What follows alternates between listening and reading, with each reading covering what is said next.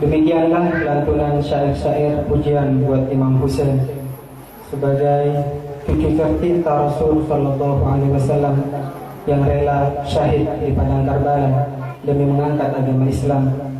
Semoga kita semua dijadikan di antara pencinta Ahlul Bait Rasulullah sampai hari kiamat nanti. Amin ya rabbal alamin.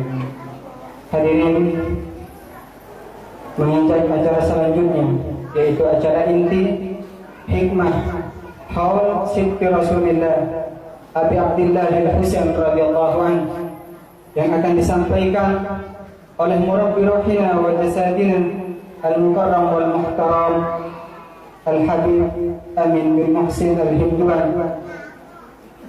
Dengan segala hormat kepada beliau disilahkan.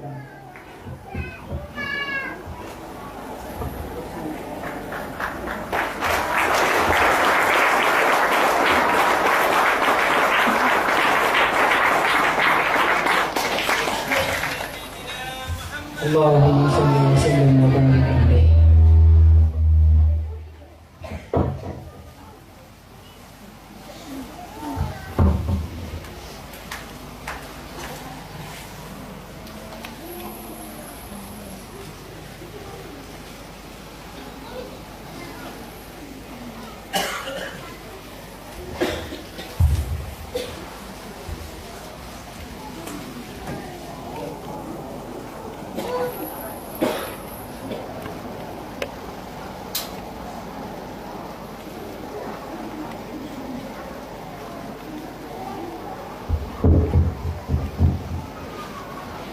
Bismillahirrahmanirrahim.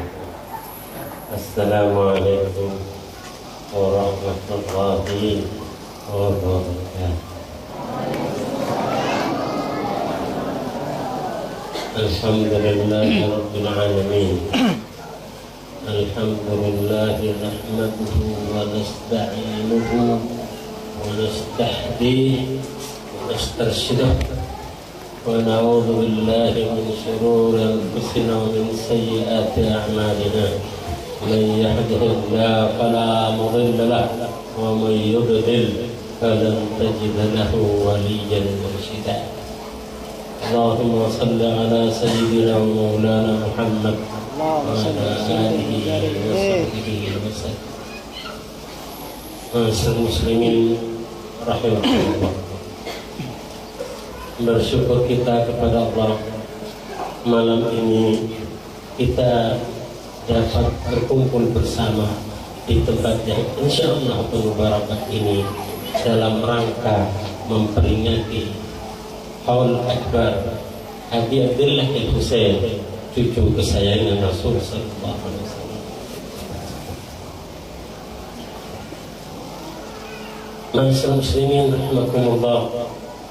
Sebelum dimulai adab yang akan saya sampaikan, anaknya dijaga dulu supaya dan atau ibu-ibu mendengarkan apa yang ingin saya sampaikan. Sebab orang yang mendengarkan cerita tentang Imam Husain kemudian dia tidak sedih, berarti tidak cinta kepada Rasul sallallahu alaihi wasallam. Karena pada waktu peristiwa gugurnya Imam Husain, jauh sebelum peristiwa gugurnya Imam Husain, Rasulullah menangis duluan.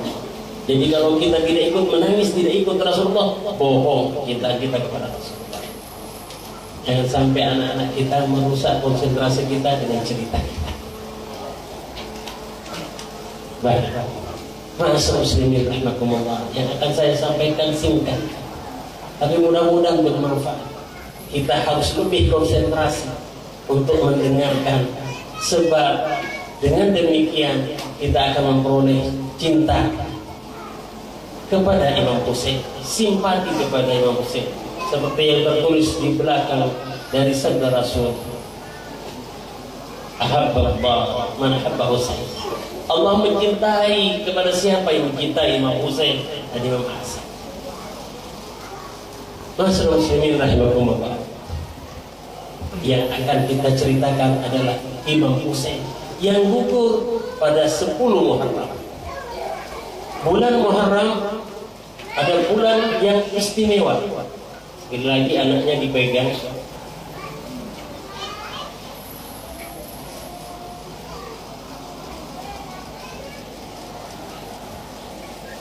Bulan Muharram adalah bulan yang istimewa.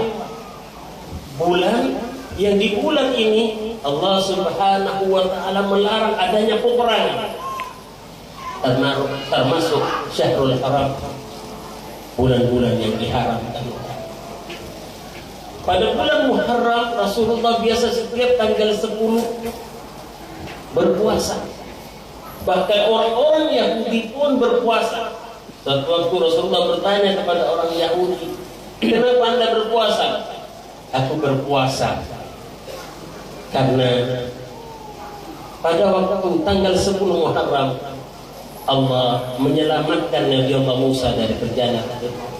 Jadi Nabi Allah Musa selamat dari kejaran Fir'aun pada 10 Muharram. Nabi Allah Ayyub selamat sembuh dari segala penyakitnya pada tanggal 10 Muharram. Nabi Allah Ibrahim keluar dari kobaran api yang dilemparkan oleh Namrud pada 10 Muharram. Nabi Yunus dimuntahkan dari ikan, dari perut ikan pada 10 Muharram. Bahkan Nabi Adam diterima tobatnya oleh Allah pada tanggal 10 Muharram. Dan Imam Hussein, cucu kesayangan Rasulullah, gugur pada 10 Muharram. Oleh karena itu Rasulullah mengajarkan kepada kita pada tanggal 10 Muharram disuruh berpuasa. Cuma takut sama dengan puasanya orang Yahudi, ditambah dengan puasa Tasu'ah, puasa tanggal 9. Jadi setiap tanggal 10 Muharram suruh puasa, tapi dimulai dari tanggal 9 supaya tidak sama dengan orang-orang Yahudi. Itulah keistimewaan Muharram. Masyaallah muslimin rahimakumullah. Kita sekarang mulai masuk dalam cerita Imam Hussein yang gugur dalam medan Karbala. Imam Hussein adalah cucu kesayangan Rasul sallallahu alaihi wasallam, dibunuh oleh seorang namanya Yazid bin Muawiyah. Muawiyah adalah iparnya Rasulullah. Muawiyah sendiri adalah ipar Rasulullah, saudaranya Ummu Habibah, anaknya Abu Sufyan. Muawiyah punya anak namanya Yazid yang membunuh, pada akhirnya membunuh Imam Hussein hanya karena berebut kekuasaan. Kita bahas, kita ceritakan bahwa Rasul sallallahu alaihi wasallam sudah tahu jauh sebelum peristiwa 10 Muharram tewasnya Imam Hussein. Pada saat Imam Hussein baru dilahirkan, baru saja dilahirkan, semua keluarga gembira sebelum menyambutnya. Kemudian Rasulullah mengatakan, "Bawa Hussein kepadaku, aku ingin menggendongnya." Kemudian digendong oleh Rasulullah, dan Rasulullah menangis. Sehingga para sahabat bertanya, "Ya Rasulullah, kami semua gembira dengan kedatangan, dengan kelahiran Hussein, tetapi kenapa engkau menangis ya Rasulullah?" Demi Allah, baru saja Jibril datang kepadaku dan mengatakan bahwa Hussein, cucuku ini, nanti akan dibantai, akan disembelih oleh orang yang mengaku umatku. Itulah Imam Hussein. Pada suatu waktu juga Rasul sallallahu alaihi wasallam tiba-tiba menangis, merangkul cucunya yang bernama Hussein. Bertanyalah Imam Ali, ayah dari Imam Hussein, "Ada apa ya Rasulullah?" "Ketahuilah, baru saja ada satu malaikat yang tidak pernah turun sama sekali ke bumi mendapat cerita dari Allah bahwa Imam Hussein adalah penduduk surga, pemimpin syuhada di surga. Maka malaikat ini menangis kepada Allah, mohon izin ingin turun ke dunia, ingin mencium Imam Hussein yang waktu itu masih bayi." Dan Rasulullah terharu serta menangis akan kecintaan para malaikat. Pada saat itu juga, pada saat Rasulullah akan menghembuskan nafasnya yang terakhir, Imam Hussein karena masih anak kecil duduk di dada Rasulullah, duduk di perut Rasulullah. Ini Rasulullah sudah mau meninggal, sudah mau wafat. Sehingga Sayyidah Fatimah mengatakan, turun Husain, turun. Kasihan dengan kekemu. Kata Rasulullah, biarkan Fatimah, biarkan Husain. Dipeluknya Imam Husain. Dan Rasulullah berkata, biarkan dia berbekal dari apa yang ada di hatiku. Akan aku tuangkan ke dada Husain. Begitu cintanya Rasulullah kepada Imam Husain. Setelah dipeluk, Rasulullah menangis. Wahai ya Yazid, celaka kamu Yazid. Sama apa cucumu ini, kenapa kau bantai? Kata Rasulullah, pada waktu masih kecil Imam Husain, Rasulullah sudah mengatakan. Sedikit cerita tentang Rasulullah yang cerita tentang Imam Husain waktu masih kecil.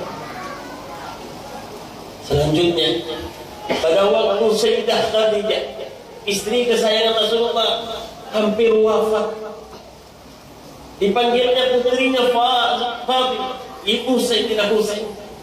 Ya Fatimah, kata Sayyidah Khadijah, aku tidak bisa bilang kepada ayahmu, orang istri yang taat benar kepada suaminya, jangan, aku tidak bisa ngomong. Sampaikan aku ada sesuatu yang ingin diminta. Minta apa wahai ibuku?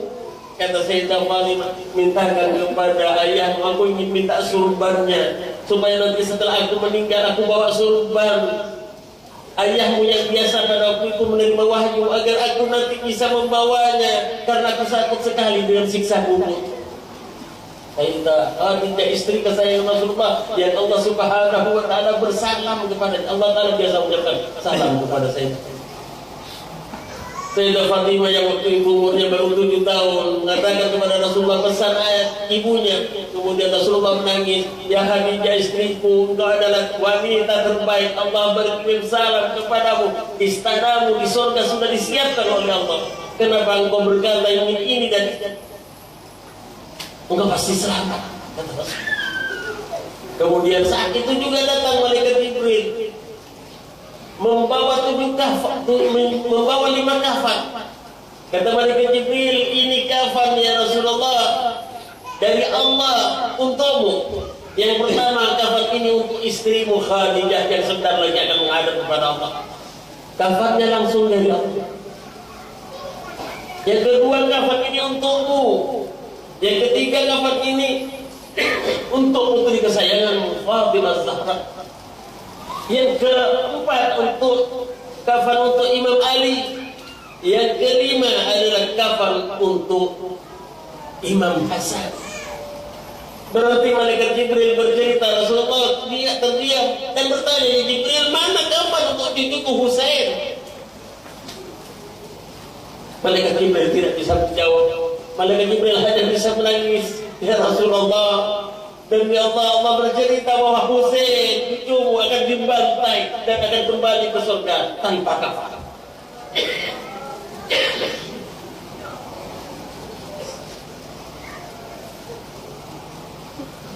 Imam Ali, ayah dari Imam Husain. Pada waktu Imam Ali, pada waktu Sayyidah Fatimah istrinya wafat, Imam Ali berkata kepada abangnya, abangku, carikan aku lagi seorang istri agar aku bisa memperoleh anak yang banyak, sehingga nanti waktu Husain di padang Karbala, anak-anakku bisa juga membela Husain. Maka waktu itu Imam Ali nikah lagi dengan seorang wanita namanya juga Fatimah. Fatimah ini begitu cintanya kepada Imam Husain, berkata kepada Imam Ali, ya Ali, wahai suamiku, jangan panggil aku Fatimah, aku kasihan sama Imam Husain, takut teringat sama ibunya. Panggil aku Ummul Banin, ibunya anak-anak. Pada istrinya ini Imam Ali mendapatkan 4 orang anak. Abbas, Abul Fadl Abbas, Muhammad, Ja'far, dan Utsman. Pada waktu punya anak yang pertama Abbas dengan istrinya Ummul Banin, Rasulullah Imam Ali mengambil anaknya yang masih kecil, diciumnya tangannya Abbas, anak yang pertama.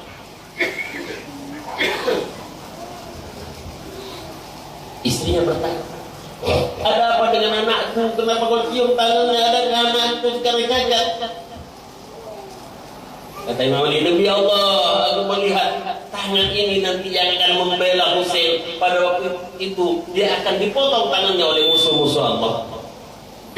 Adiknya Imam Husain, Abbas.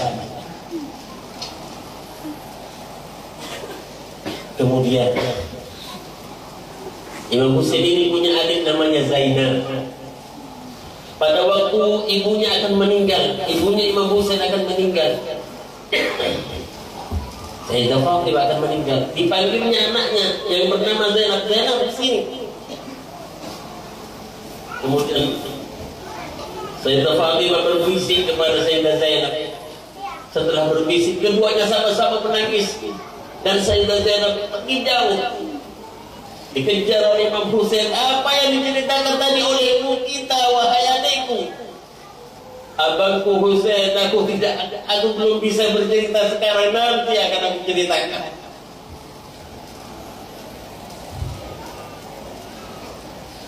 Imam Hasan, abangnya Imam Husain ini, Imam Hasan, mati dalam keadaan diracun oleh istrinya sendiri, disuruh Muawiyah.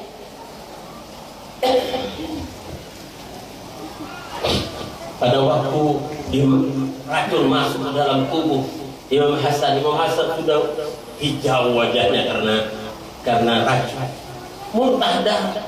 Padahal lagi muntah darah, ada yang ngetuk pintu. Siapa yang ngetuk pintu? Dijawab Zainab. Kemudian Imam Hasan bilang, kemaskan semua darah ini, kemaskan. Disuruh kemaskan. Jangan Zainab lihat darah ini. Kenapa tidak boleh? Imam Hasan, kata Imam Hasan, sudah cukup nanti darah Husain yang akan dilihat oleh Zainab, jangan lihat darah.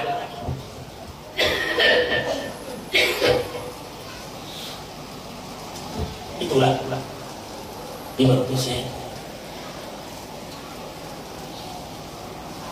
Ceritanya, pada waktu itu Imam Ali menjadi presiden di Kufah. Kemudian Imam Ali dibunuh oleh Abdurrahman bin Muljam namanya. Maka pada saat itu yang jadi presiden adalah anaknya, Imam Hasan. Jadi Imam Ali wafat, diganti Imam Hasan. Imam Hasan waktu jadi presiden akan direbut oleh Muawiyah. Kata Muawiyah, Hasan, aku akan menjadi presiden, kita perang dulu. Aku yang lebih layak jadi presiden, kata Muawiyah, jadi Amirul Mukminin. Kata Imam Hasan ini banyak orang yang tidak usah perang, dah ambil aja. Dikasihkan ke presiden, pangkat presiden Amirul Mukmininnya. Jadi tidak usah perang, sudah kamu jadi presiden, yang penting tidak perang, umat Islam bersatu, kata Imam Hasan. Tunaikan pesan-pesan Rasulullah aja. Akhirnya Muawiyah jadi presiden.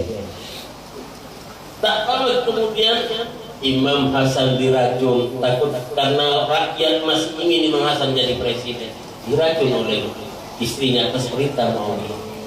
Akhirnya pada waktu tidak lama setelah itu Muawiyah meninggal dan mengangkat putranya yang bernama Yazid. Yazid ini peminum khamar, pokoknya semua maksiat dikenal, main perempuan dan sebagainya. Sehingga rakyat di Kufah pada waktu itu tidak setuju kalau Yazid yang menjadi presiden.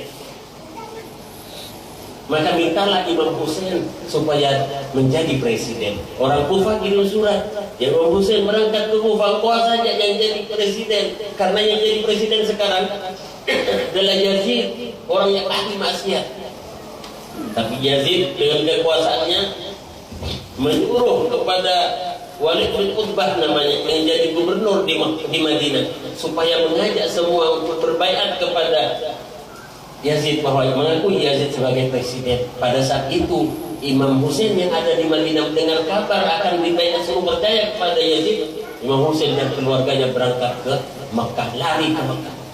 Sampai di Mekah dapat surat lagi, surga Kufah, karena orang-orang Kufah ingin Imam Husain jadi presiden. Yazid tidak enak kalau jadi presiden ini, tanggung jawabnya nanti kepada Allah berat. Imam Husain simpati. Akhirnya Imam Husain menyuruh sepupunya Muslim bin Aqil untuk berangkat dulu ke Kufah. Lihat keadaan di Kufah. Sampai di Kufah, Muslim bin Aqil sepupu Rasulullah ini, sepupu Imam Husain ini disambut benar. Setelah disambut di sana, ngasih surat kepada Imam Husain, ya abang Imam Husain, benar-benar orang Kufah mendambakan. Jadi Imam Husain berangkat menuju Kufah.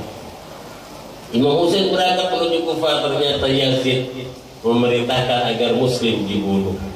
Jadi Imam Husain tidak tahu kabarnya bahwa mata-matanya yang berangkat duluan, sepupunya udah dibunuh. Akhirnya Imam Husain terperangkap sampailah di Kufah.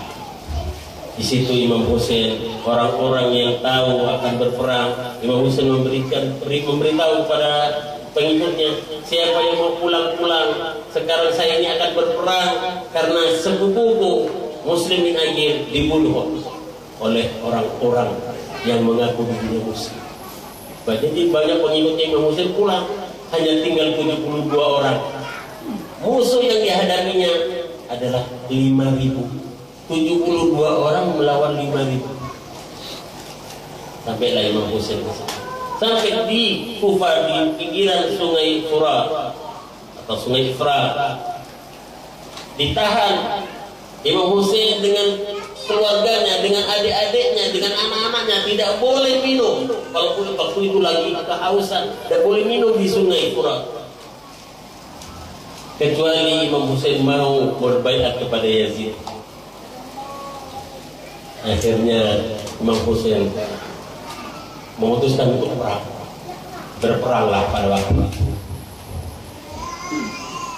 Jadi 72 orang melawan 5.000. Pada saat itu Imam Husain bersama saudara-saudaranya dan anaknya ada di barisan depan. Kemudian pengikutnya berkata, ya Imam Husain, kau di belakang, jangan di depan. Aku harus di depan, kata Imam Husain. Tidak Imam Husain, kau harus di belakang. Kenapa kau harus di belakang? Karena musuhmu yang menginginkan engkau. Kalau engkau mati, maka aku tidak akan dibunuh. Lalu bagaimana aku menghadap kakimu Rasul sallallahu alaihi wasallam? Akhirnya Imam Husain di belakang, semua pembelanya di depan, dipenggal semua kepalanya oleh musuh-musuh Allah.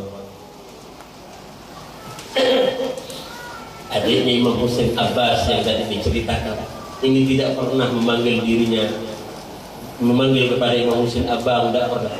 Selalu memanggil dia Sayyidi, ya Maulaya, menghormati Imam Husain. Tapi pada saat Abbas ini dipotong tangannya oleh musuh-musuh Allah tadi, kemudian kepalanya dipecahkan oleh musuh-musuh Allah tadi, dia bermanggil, ya akhi Husain, wahai saudaraku Husain. Pada waktu Imam Husain tidak pernah dengar suara panggilan abang, saudara, tergetar hatinya, menembus semua para pasukan, dibunuh semua sama Imam Husain untuk mendekati Abbas. Ada apa adikku? Ada apa adikku? Kemudian Imam Husain akan mengangkat, akan dibawa ke tenda pada waktu itu. Jangan kata apa? Aku malu kepada Sukaina, anakmu, karena tadi dia minta ayah kepada aku tidak bisa memberinya. Begitu kejamnya ya. Maka dibunuhlah semua, termasuk anak Imam Husain yang belum umur 1 tahun, Abdullah Ar-Radhi. Abdullah Ar-Radhi ini digendong oleh Imam Husain, dipanah pas di lehernya, keluar darahnya oleh Imam Husain ditadak, dilemparkan ke langit, ke atas, direbut oleh malaikat darahnya. Tidak ada sedikit pun darah yang jatuh ke bumi. Darah anak Imam Husain. Akhirnya semua meninggal, tinggal Imam Husain sendiri. Imam Husain pergi ke tenda wanita, kepada adiknya, kepada anaknya yang wanita, aku titipkan kalian kepada Allah. Ini aku akan kembali, itu akan berperang dan aku akan menghadapi musuh ini. Kemudian Imam Husain menangis. Adiknya berkata, abangku, apakah kau takut kepada kematian sementara yang lain sudah mati semua? Wahai adikku, aku bukan takut mati. Aku melihat, demi Allah aku tadi melihat orang yang membunuhku diseret oleh Allah. Benar aku kasihan kepada mereka, aku menangis. Menangisnya karena musuhnya akan dimasukkan ke neraka. Kata saudaranya lagi, wahai abangku, makan dulu karena kau sudah berapa hari tidak makan. Ayo batalkan puasanya. Waktu itu Imam Husain lagi puasa. Kata Imam Husain, demi Allah, tadi kakekku bilang, Rasulullah bilang kepadaku, ya Husain, nanti buka puasa bersamaku. Jadi dalam peperangan Imam Husain puasa dan buka puasanya di surga bersama Rasulullah. Waktu Imam Husain mau berangkat,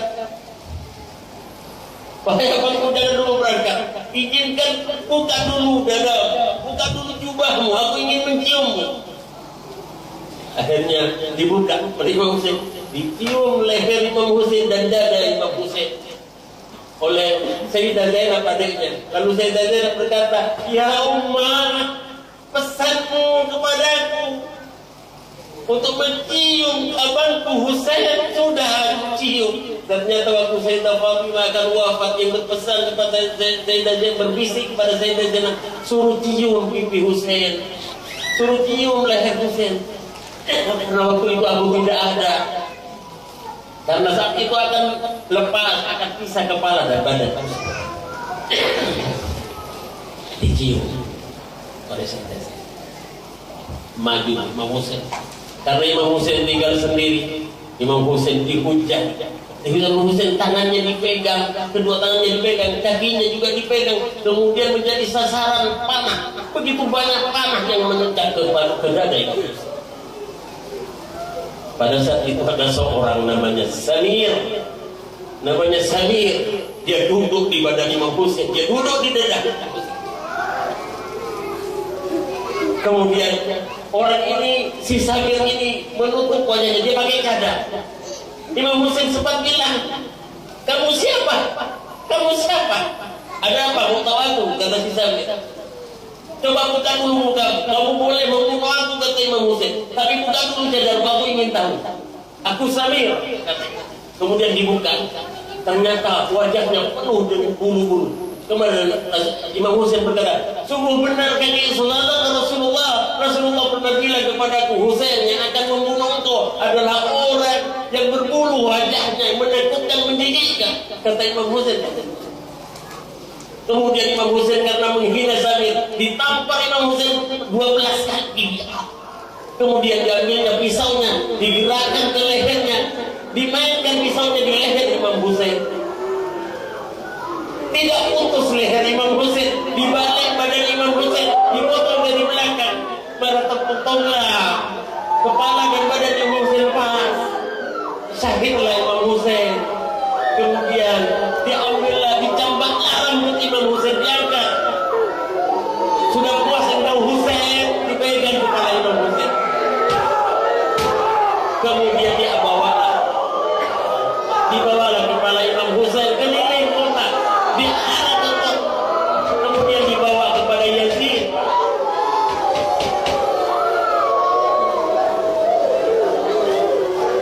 Dibawa kepada Yazid. Apa yang dilakukan oleh Yazid, oleh presiden yang kejam itu? Tongkatnya dimainkan ke mulut Imam Husain. Dimainkan mulut Imam Husain yang hanya kepala saja. Dia sambil menghina, dulu orang ini paling ganteng, sekarang hina di hadapanku. Pada saat itu ada Anas bin Malik. Lalu Anas bin Malik berteriak, Yazid, jangan terlalu Yazid. Demi Allah, aku pernah melihat sering selatan yang kemudian Rasulullah mencium bibir.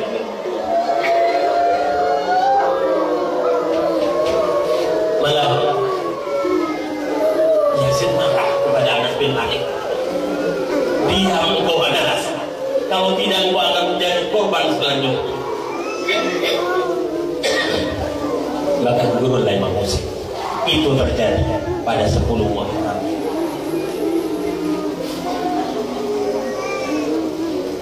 Ini yang kita peringati. Kita berharap kepada Allah, ya Rabbi,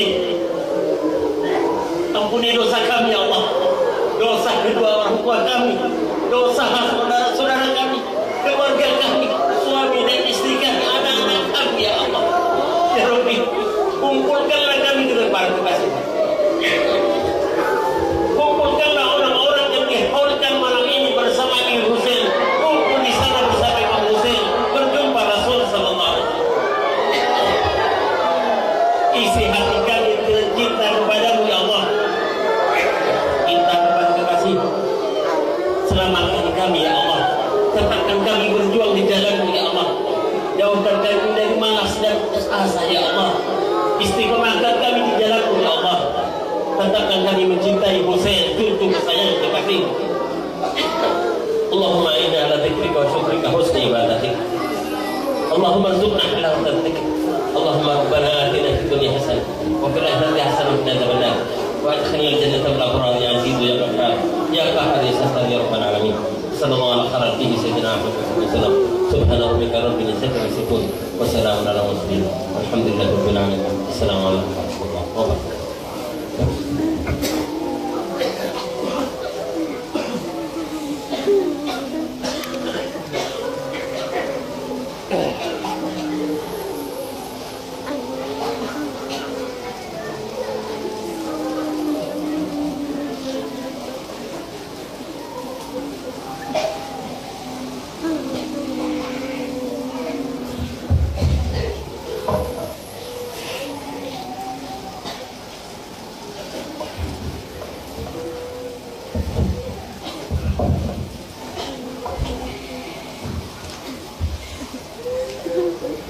Dengan berakhirnya ceramah yang berisi tentang perjuangan Imam Husain radhiyallahu anhu, maka pada akhir pula rangkaian acara peringatan Haul Abi Abdillah Husain Pondok Pesantren Makarim Akhlak Singkawang. Terima kasih saya mengucapkan kepada para hadirin yang sudah hadir pada malam hari ini. Jika ada dari apa yang kami hidangkan tidak cukup memuaskan kepada hadirin, mohon maaf yang sebesar-besarnya. Ihdinas siratal mustaqim. Akhirul kalam. Wassalamualaikum warahmatullahi wabarakatuh.